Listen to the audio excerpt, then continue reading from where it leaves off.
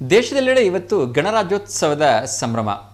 ಕರ್ನಾಟಕ ಸೇರಿದಂತೆ ಭಾರತದ ಎಲ್ಲ ಕಡೆಗಳಲ್ಲಿ ಗಣರಾಜ್ಯೋತ್ಸವವನ್ನು ಅತ್ಯಂತ ಅದ್ಧೂರಿಯಾಗಿ ಆಚರಣೆ ಮಾಡಲಾಗ್ತಾ ಇದೆ.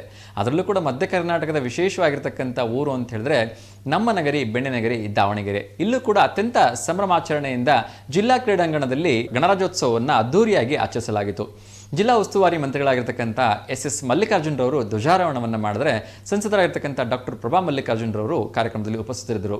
ಎಲ್ಲ ಅಧಿಕಾರಿ ವರ್ಗದವರು ಕೂಡ ಈ ಕಾರ್ಯಕ್ರಮದಲ್ಲಿ ಉಪಸ್ಥಿತರಿದ್ದು ಕಾರ್ಯಕ್ರಮದ ಯಶಸ್ಸಿಗೆ ಸಹಕಾರವನ್ನು ನೀಡಿದರು. ಶಾಲಾ ಮಕ್ಕಳ ಒಂದು ಪೇರೇಡ್ ಅಂತೂ ಅದ್ಭುತವಾಗಿತ್ತು. NCC, NSS, ಅದೇ ರೀತಿ ಸ್ಕೌಟ್ ಮತ್ತು ಗೈಡ್ಸ್ ವಿದ್ಯಾರ್ಥಿಗಳ ಪಥಸಂಚಲನ, ಪೊಲೀಸ್ ಇಲಾಖೆಯ ಪಥಸಂಚಲನ ಅತ್ಯಂತ ಮನಮೋಹಕವಾಗಿತ್ತು.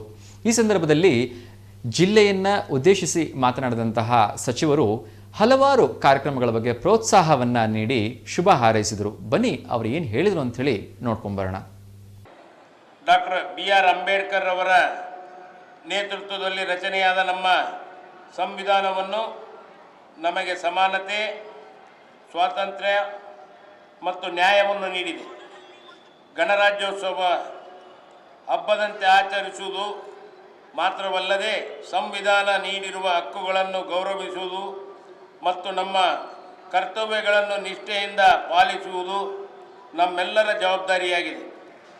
ಈ ಸಂದರ್ಭದಲ್ಲಿ ನಾನು ನಮ್ಮ ದೇಶಕ್ಕಾಗಿ ಪ್ರಾಣತ್ಯಾಗ ಮಾಡಿದ ಹುತಾತ್ಮ ಸ್ವತಂತ್ರ ಹೋರಾಟಗಾರರನ್ನು ಮತ್ತು ಗಡಿಯಲ್ಲಿ ದೇಶವನ್ನು ಕಾಯುತ್ತಿರುವ ಸೈನಿಕರನ್ನು ಸ್ಮರಿಸೋಣ.